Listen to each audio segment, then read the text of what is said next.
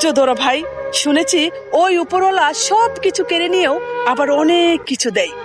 তুমি অনেক বেশি কষ্টে আছো, অনেক বড় একটা বিপদে আছো, তোমার পাশে কেউ নেই, কিন্তু একটা সময় সকলেই তোমার পাশে ছিল।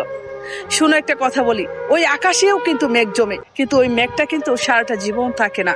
ঠিক তেমনি তোমার বিপদও, তোমার কষ্টের দিনও কিন্তু সারাটা জীবন থাকবে না। তোমার জন্য অনেক অনেক দোয়া রইল। ইনশাআল্লাহ সামনে তোমার জন্য ভালো কিছুই হবে।